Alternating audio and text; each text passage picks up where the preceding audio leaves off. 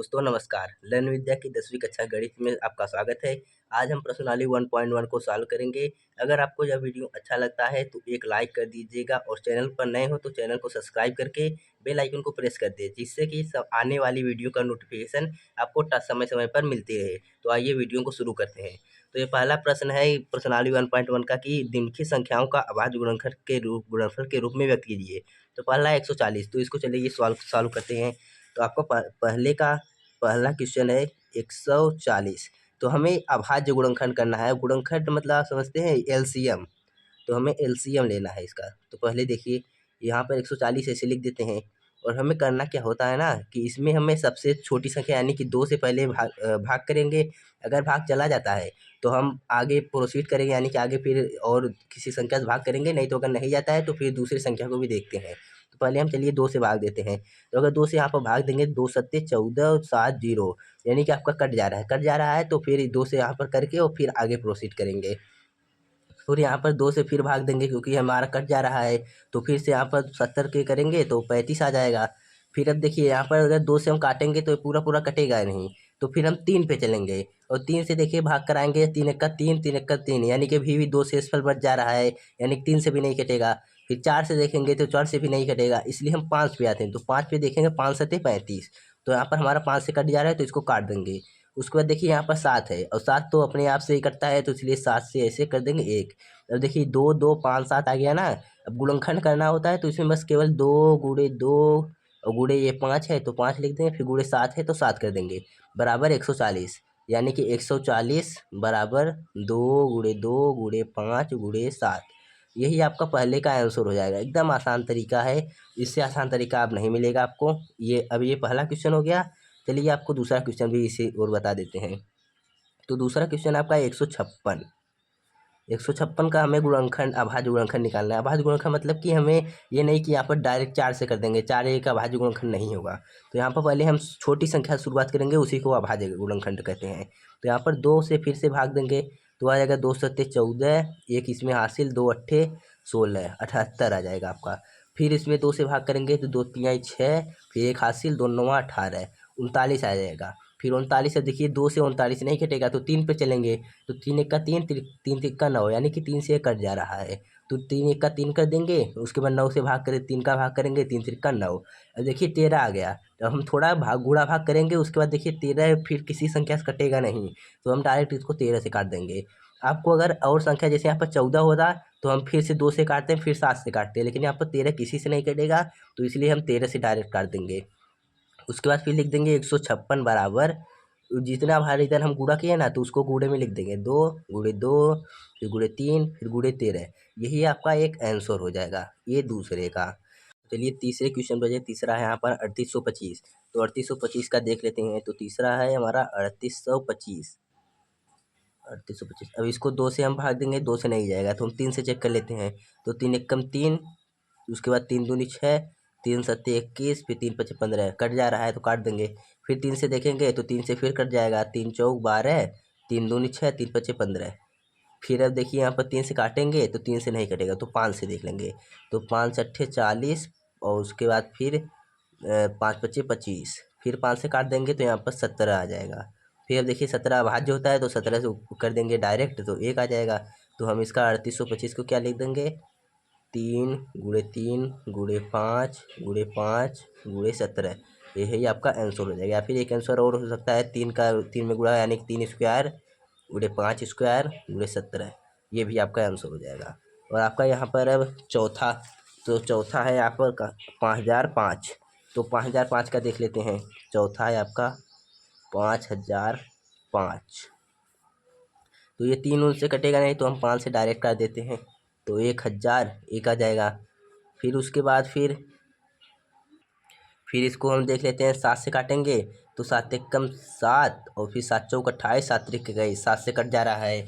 उसके बाद फिर हम देखिए 7 से अब फिर से काटेंगे तो नहीं कटेगा, 9 से भी नहीं कटेगा। तो हम इसको 11 से देख लेंगे। तो 11 से देखेंगे तो यहाँ पर 11 कम 11, 11 तिया 33, 13 आ जाएगा।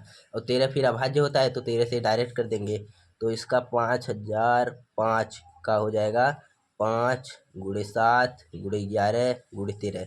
ये आपका आंसर हो जाएगा। और उसके बाद फिर आइए चलते हैं पाँचवें पे, यानी कि पहला का पाँचवा। पहला का पाँचवा, ये आपका क्या है 7429। तो 7429 का देख लेते हैं। तो 7429 ये आपका है। तो इसको हम देख लेते हैं, पहले हम काटेंगे। देखिए अब इसको हम बहुत परेशान हो जाएंगे, इसको काटते रहेंगे, 2 से काटेंगे, 3 से काट देंगे, 5 से काटेंगे, ऐसे काटते रहेंगे, ये कटेगा नहीं जल्दी। तो इसको हम डायरेक्ट देखेंगे 17 से काटेंगे, ऐसे काटते रहेंगे, कटेगा नहीं। तो इसको आपको थोड़ा ध्यान रखना होगा, इसको 17 से डायरेक्ट करता है। तो 17 से काटेंगे तो इसका हो जाएगा 17 चौका 68, 17 चौका 68, फिर बचेगा 6 हासिल, 17 त्रिक 51, 11, 17 सत्ते 119। तो यहाँ पर हो जाएगा 7। फिर हम देखिए इसको 17 से अब कट गया है, तो अब इसके नीचे से नहीं कटेगा, उसके ऊपर ही हम देखेंगे। तो उसके ऊपर देखेंगे तो ये 19 से फिर से कटेगा, और 19 से कटने के बाद ये आ जाएगा 23, 19 दूना 38, और उसके बाद 5 बचा, फिर 5 7 मिल के 57 हो जाएगा, 19 तक 57 हो जाएगा। फिर डायरेक्ट 23 से काट देंगे, क्योंकि ये भाज्य होता है तो ये कट जाएगा। फिर 7429 इक्वल टू 17 गुणे 19 गुणे 23। ये आपका थोड़ा ध्यान रखिएगा, क्योंकि ये ज़्यादा से कटता है तो आप परेशान हो जाएंगे, काटते रहेंगे, कटेगा ही नहीं। तो अपने दूसरे क्वेश्चन में चलते हैं। इसमें लिखा है पूर्णांकों के निम्नलिखित युग्मों के एचसीएफ और एलसीएम ज्ञात करना है, और हमें देखना भी है कि इसका दो संख्या गुणनफल जो है एचसीएफ गुणे एलसीएम होता भी है कि नहीं। तो पहले देखते हैं इसको कैसे सॉल्व करना है। तो बहुत अच्छे से हम बताएंगे, एकदम आसान तरीका रहेगा। तो इसमें दूसरा का पहला है क्या है 26 और 91। तो 26 और 91 91। तो पहले 26 को हमें गुणनखंड करना है, यानी तोड़ना है। तो इसको तोड़, ये तो आसान है, लेकिन तब भी बता देते हैं। इसको 2 से पहले करेंगे 13 आ जाएगा, फिर 13 से कर देंगे 1 आ जाएगा, यानी इसका 26 का गुणनखंड हो गया 2 गुणे 13। फिर 91 91 है, तो 91 का भी देख लेंगे। 91 3 से काटेंगे 7, 13 से 91 होता है ना, 7 से काटेंगे तो 13 आ जाएगा, फिर 13 से काट देंगे तो 1 आ जाएगा, यानी कि 7 गुणे 13 इसका हो जाएगा गुणनखंड। अब पहले हम एचसीएफ निकाल देते हैं, एचसीएफ। तो एचसीएफ निकालेंगे तो इसमें हमें देखना क्या होता है जानते हो, कॉमन देखना है। तो कॉमन चीज़ देखेंगे एचसीएफ के लिए। तो एचसीएफ देखिए यहाँ पर 13 13 कॉमन है, तो इसका एचसीएफ हो जाएगा 13। और एलसीएम के लिए हमें जानते हो क्या करना होता है, एलसीएम के लिए हमें जो कॉमन है उसमें से केवल एक लेना होता है, और जो कॉमन नहीं है यानी जो अलग अलग है उसको पूरा लिख लो। जैसे 2 ले लेंगे, 7 ले लेंगे, उसके बाद 13 दोनों में है तो एक 13 ले लेंगे। तो ये हो जाएगा पूरा 13 सत्ते 91 182 इसका गुणनफल। हमें देखना भी है कि एचसीएफ गुणे एलसीएम बराबर ये दोनों संख्याओं गुणनफल होता है कि नहीं। तो एचसीएफ में एलसीएम का गुणा कर देंगे, यानी कि 13 गुणे 182, और 26 का 91 में गुणा कर देंगे, 26 गुणे 91। तो इसका देखेंगे 182 गुणे 13, 13 दूना 26, 13 अट्ठे 100, 13 से 91, 13 से 104, 106, 10 80, 13 का 13 10 23, यानी कि ये हो जाएगा पूरा 13 अट्ठे 2366, ये हो जाएगा 2366। अब इसका देख लेते हैं 26 गुणे 91, 26 9 छक 54 की 4, 9 दूनी 18 5 23, हो जाएगा 6 4 2 6 3 3। देखिए यहाँ पर ये भी 2366, यानी देखिए ये एचसीएफ गुणे एलसीएम था, और ये क्या था, ये दोनों संख्याओं का, दोनों संख्याओं का। तो देखिए ये दोनों बराबर है, यानी कि हमें क्या मिल रहा है एचसीएफ गुणे एलसीएम इक्वल टू दोनों संख्याओं का गुणनफल। अतः यह सत्य है। सत्य है कि मतलब हमें जांच करना था कि हाँ बराबर है कि नहीं गुणनफल करने, तो हाँ यह बराबर है, मतलब कि सत्य है यार। अब चलते हैं दूसरा देख लेते हैं। तो दूसरा आपका है ये 510 और 92। तो 510 और 92 लिख लेते हैं। अब ऐसे ही हम जैसे यहाँ पर ये देखें गुणनफल यहाँ किए थे ना, तो वैसे यहाँ पर भी कर देना है 510 और 510। दो यहाँ पर देखिए 2 से करेंगे पहले, तो 2 दूनी 4, 1 2 पच्चीस 10, फिर 1 2 पच्चीस 10, फिर 2 से नहीं कटने वाला। अब इसको देखेंगे 3 से, 3 अट्ठे 24, 3 पच्चे 15, फिर अब 3 से भी नहीं कटेगा। अब 5 से देखते हैं, तो 5 से यहाँ पर 17 आ जाएगा, फिर 17 से देखेंगे 1 आ जाएगा। तो 510 के लिए 2 गुणे 3 गुणे 5 गुणे 17, और 92, तो 92 के लिए भी देख लेंगे। इसको आपको रफ में करना है, मतलब इसको पेयर में नहीं करना है आपको। तो 2 यहाँ पर 46, फिर 2 23, फिर 23 से डायरेक्ट कर देंगे, 23 अभाज्य है वो कटेगा ही नहीं। तो यहाँ पर 2 गुणे 2 गुणे 23। और यहाँ पर अब एचसीएफ निकालना है। तो एचसीएफ के लिए मैं बताया था कि आपको कॉमन पॉइंट देखना है। तो इसमें देखिए इसमें 2 है, 1 2 है, और बाकी कोई कॉमन नहीं दिख रहा, तो एचसीएफ इसका 2 हो जाएगा। और एलसीएम एलसीएम LCM। LCM के लिए क्या करना है, जो कॉमन था उसमें से एक लेना है, यानी दो में से एक दो ले लो। उसके बाद फिर ये वाला दो बचा है, फिर एक 3 ये बचा है, फिर एक 5 बचा है, फिर ये 17 बचा है, और फिर 23। ऐसे डायरेक्ट पूरा लिख लो। इसको जब हम गुणा करते हैं तो आ जाता है 23,460। उसके बाद फिर हमें अब इसको भी गुणा करके जांचना है कि ये HCF गुणे LCM बराबर होता है कि नहीं, दो संख्या गुणनफल के। तो HCF गुणे LCM, तो HCF गुणे LCM मतलब 23,460 गुणे 2 बराबर हो जाएगा करीब करीब 2 दूनी 0, 2 छंग 12, 2 चौका 8, 1 9, 2 तिहाई 6, 2 दूनी 4, 46,920। और दोनों संख्याओं का गुणनफल देख लेते हैं। दोनों संख्याओं का गुणनफल क्या हो जाएगा, 510 गुणे 92। इसका भी गुणा करेंगे तो आ जाएगा 46,920। आप कैलकुलेटर होगा, कैलकुलेटर से गुणा करिए, या फिर अपने आप खुद कैलकुलेशन कर सकते हैं। तो इसको करेंगे आ जाएगा, यानी कि अभी सत्य है, और सत्य होगा ही, क्योंकि यह जो है एक सूत्र ही होता है कि दोनों संख्याओं का गुणनफल HCF गुणे LCM के बराबर होता है। अब चलते हैं तब तीसरा क्वेश्चन देख लेते हैं, जो कि है यहाँ पर देखो 336 और 54। तो 336 और 54 का भी देख लेते हैं। तीसरा 336 और 54, 336 का देख लेंगे। तो ऐसे ही फिर से करना है आपको, इसको रफ में करना है, इसको पेयर कॉपी मतलब जैसे सवाल दिया हो तो इसको इस रफ में करना है, फेयर में नहीं करना है। तो 2 से करेंगे, 2 कम 2, 2 छंग 12, 2 अट्ठे 16, फिर 2 से 84 आ जाएगा, फिर 2 से करेंगे 2 चौका 8 42 आ जाएगा, फिर 2 से 21, फिर 3 से कर देंगे 7, फिर 7 से कर देंगे 1। यानी कि आपको छोटी से बड़ी पे जाना है। जैसे 2 के बाद डायरेक्ट 7 से मत काटिए, 7 3 21 हो गया, फिर 3 से काटेंगे। आपको ऐसे बारी बारी से काटेंगे तो आसानी रहेगा। तो 2 गुणे 2 गुणे 2 गुणे 2 फिर गुणे 3 फिर गुणे 7, ये हो गया है 336 का। और 54 का देख लेते हैं। 54 2 से काट देंगे 27, अब 2 से नहीं कटेगा, 3 से काटेंगे 9, फिर 3 से काटेंगे 3, फिर 3 से काटेंगे 1, 2 गुणे 3 गुणे 3 गुणे 3। अब आपका ये हो गया। अब काम HCF निकालना है, तो HCF के लिए हमें कॉमन पॉइंट चाहिए। कॉमन पॉइंट देखो, एक यहाँ पर है और एक यहाँ पर 3 वाला है, बाकी और कहीं कॉमन पॉइंट नहीं है। जैसे इसमें इतना ही 2 है, लेकिन इसमें और 2 नहीं है, एक ही 2 है। इसमें 3 है ढेर सारा, लेकिन इसमें भी अब केवल एक ही 3 है, तो एक 3 1 2 इससे मिल पाएगा। तो 2 गुणे 3 इसका हो जाएगा 6। और LCM के लिए क्या करना है, जितने भी कॉमन हो उसमें से केवल एक लेना है। जिस इसमें से एक ले लेंगे 2, फिर ये तीनों ऐसे लिख देंगे 2 गुणे 2 गुणे 2, फिर ये दोनों 3 एक संग हैं, एक साथ लिख देंगे 3 गुणे 3। इन दो तीनों में से एक 3 ले लेंगे और फिर ये साथ लिख देंगे।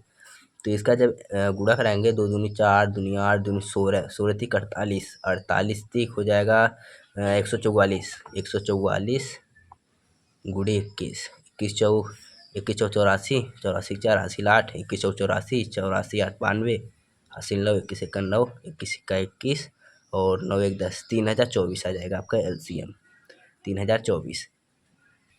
तो आपको देखना है कि HCF गुणे LCM, तो HCF गुणे LCM तो हो जाएगा क्या, 6 गुणे 3024। आप तो इसको गुणा कर लेना आप लोग आराम आराम से, मैंने वैसे ही कर दिया आपको दिखाने के लिए। तो 6 से इसका गुणा कराएंगे तो 6 चौक 24, 6 दूनी 6 चौक 24, 6 दूनी 12 दो 14, 1 4 6 त्रिक 18, 18,144 इसका HCF गुणे LCM पर आएगा। और उसके बाद फिर गुणनफल जब दोनों संख्याओं का करेंगे, गुणनफल दोनों संख्याओं का, तो 336 गुणे 54। तो अब इसका जब गुणा करेंगे तो ये भी 18,144 ही आएगा। अतः यह भी सत्य है कि मतलब कि ये HCF गुणे LCM दोनों संख्याओं के गुणनफल के बराबर है। अब अपना आ गया कि तीसरा क्वेश्चन अभाज्य गुणनखंड विधि द्वारा निम्नलिखित पूर्णांकों के HCF और LCM ज्ञात कीजिए। 12 15 21 है, 17 23 29 है, और 8 9 और 25 है। तो इसको देख लेते हैं। तीसरा तीसरे का पहला क्या दिया है, 12 15 21। तो 12 के देख लेते हैं, इसमें गुणनखंड विधि द्वारा करना है। तो 12 करेंगे तो 2 2 दूनी 4 3 12, ये थोड़ा आसान है तो ऐसे कर लीजिए। फिर 3 गुणे 5, फिर 21 मतलब 3 गुणे 7। अब जैसे यहाँ पर दो का था तो हम दोनों में देखते थे क्या पॉइंट कॉमन है, लेकिन अब यहाँ पर देखो 12 15 21 3 आ गए हैं, तो तीनों में देखना है क्या कॉमन है। देखो इसमें भी 3 है, यहाँ पे 3 है, यहाँ पे 3 है, तो यहाँ पर देखिए कॉमन पॉइंट 3 है, तो इसलिए इसका HCF जो हो जाएगा वो है 3।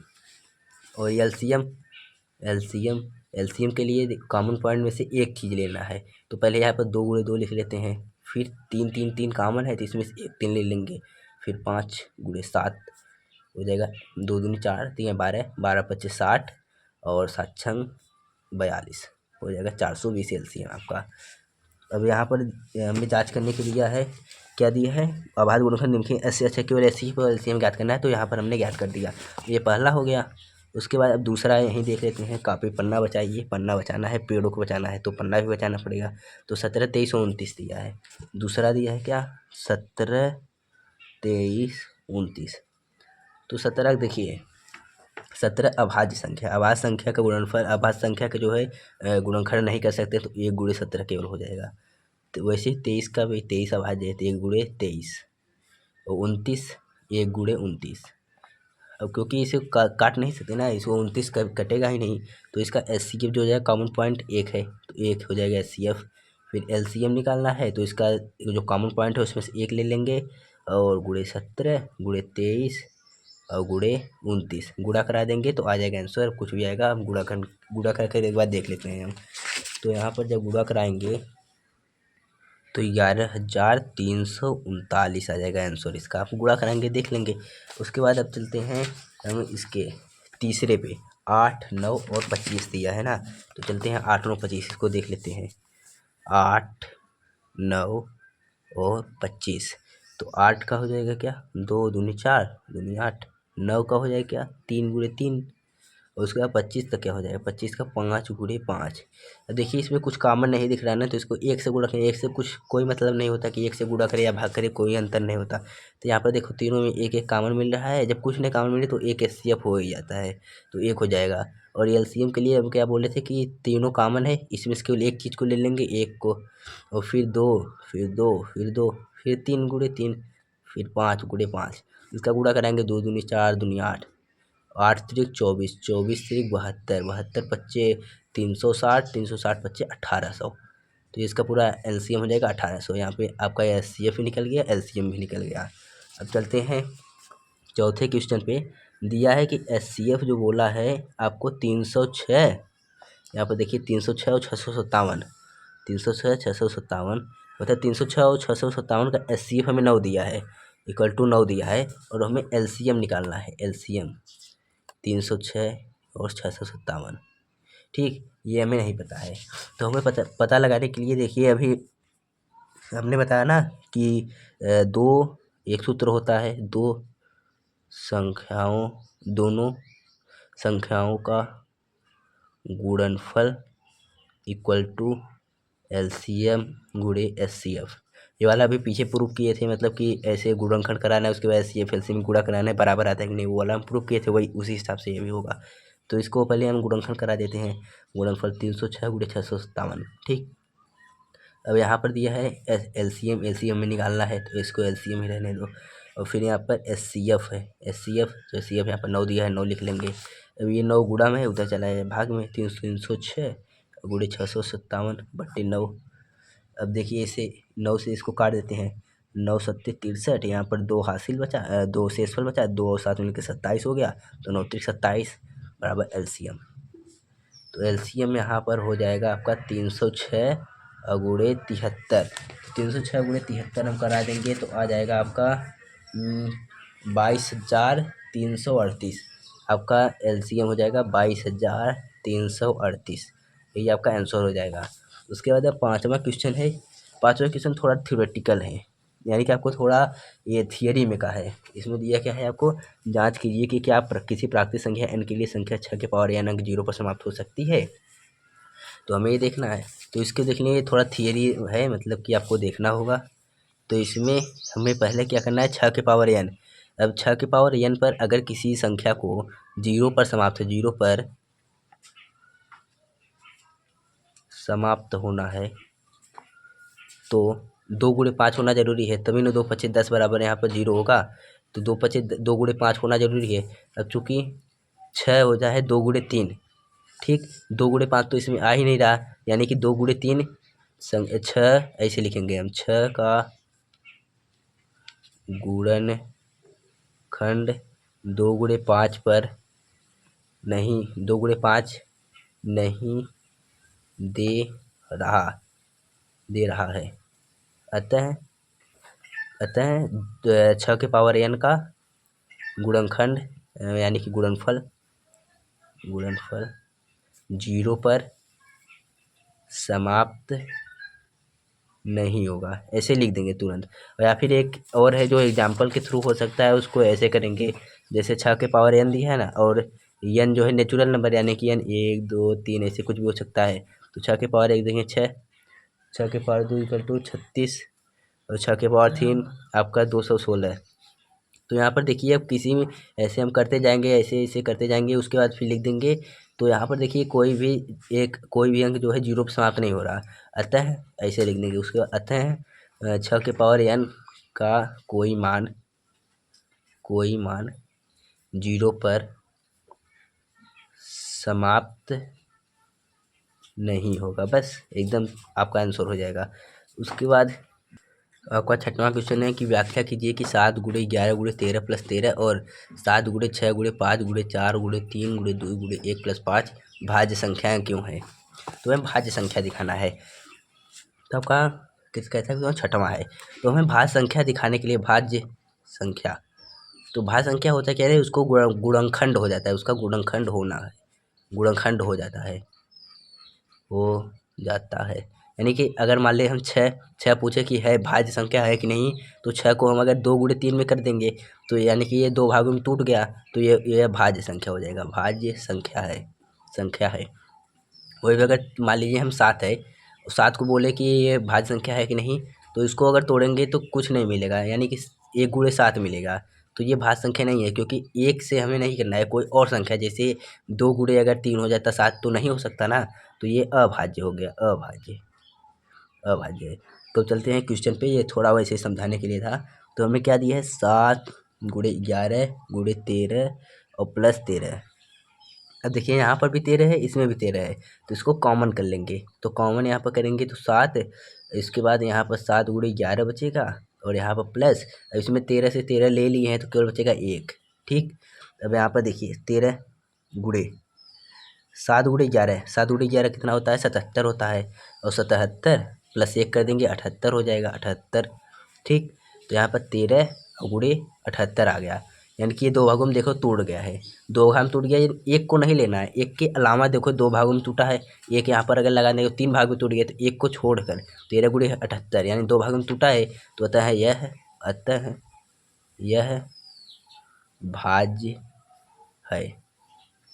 ठीक, और वैसे यहाँ पर जो दूसरा था 7 गुणे 6 गुणे 5 गुणे 4 गुणे 3 गुणे 2 गुणे 1 और प्लस 5। ठीक, तो यहाँ पर देखो 5 यहाँ पर, 5 यहाँ पर कॉमन कर लेंगे, तो 5 कॉमन कर लेंगे, तो बचे क्या, 7 गुणे 6 गुणे 4 गुणे 3 गुणे 2 गुणे 1 प्लस 1। ठीक, इसका सभी का गुणा कर लेंगे, 7 छंग 6 चौक 24, 24 तिक 72, 72 दूना 144, 144 गुणे 7, 144 गुणे 7, 7 चौक 28, 7 चौक 28, 2 30 की 0, 7 एक 7 3 10, 1008। तो 5 गुणे 1008 प्लस 1, तो 5 गुणे 1009, यानी कि ये देखो फिर से 2 भागों में टूट गया है, अगर नहीं टूटता तो अभाज्य होता, लेकिन टूट गया है तो यह भाज्य है। आपको ऐसे ही 6वां का आंसर लिख देना है। अब बच्चा हमारा 7वां क्वेश्चन है। तो 7वां क्वेश्चन आपको दिया गया था, किसी खेल के मैदान के चारों ओर वृत्ताकार पथ है, इस मैदान का एक चक्कर लगाने में सोनिया को 18 मिनट लगते हैं, जबकि इसी मैदान का एक चक्कर लगाने में रवि को 12 मिनट लगते हैं। मान लीजिए कि वे दोनों एक ही स्थान पर और एक ही समय पर चलना प्रारंभ करें और एक ही दिशा में चले, तो कितने समय बाद वे पुनः प्रारंभिक स्थान पर मिलेंगे।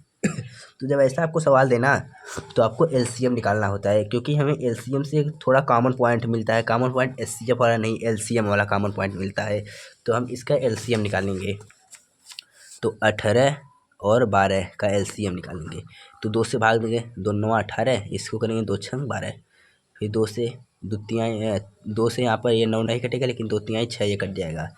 फिर अब देखिए यहाँ 2 से कोई नहीं कटेगा, 3 से काटेंगे, 3 त्रिका 9, 3 एकम 3, फिर 3 से 1 1, तो यहाँ पर क्या आ गया, 2 गुणे 2 गुणे 3 गुणे 3 हो गया, 2 दूनी 4 3 12 3 36, यानी कि आपको 36 मिनट बाद देखिए अब ये 12 मिनट में पूरा चक्कर लगाया तो 12 से यहाँ 36, यानी कि जब 3 चक्कर लगा लेगा ये 18 दूना 36, यानी कि जब जो है इस मैदान का सोनिया, यानी कि सोनिया जब 2 चक्कर लगाएगी और सोनिया जब 2 चक्कर लगाएगी और रवि जब 3 चक्कर लगाकर जो जैसे मान लो ये रवि है, रवि जो है 1 चक्कर लगाया, फिर 1 चक्कर यहाँ पर लगाया, यहाँ पहुँचा, फिर 1 चक्कर यहाँ पर लगा लिया, तब उसको 36 मिनट लगे। ठीक, वही जब जो सोनिया है वो 1 चक्कर लगाएगी, फिर ये दूसरे चक्कर लगाए तो इसको भी 36 मिनट लगे, तो 36 मिनट पे ये दोनों देखो इसने यहाँ पर पहुँच गए, यानी कि ये 3 चक्कर लगाकर यहाँ पर पहुँचा, लेकिन जो सोनिया थी वो 2 ही चक्कर में यहाँ पर पहुँची, यानी कि वो 18 मिनट लिए, ये 12 मिनट लिया, तो 12 मिनट लिया तो इसको 3 चक्कर लगा लिया आराम से यहाँ तक पहुँचने पर।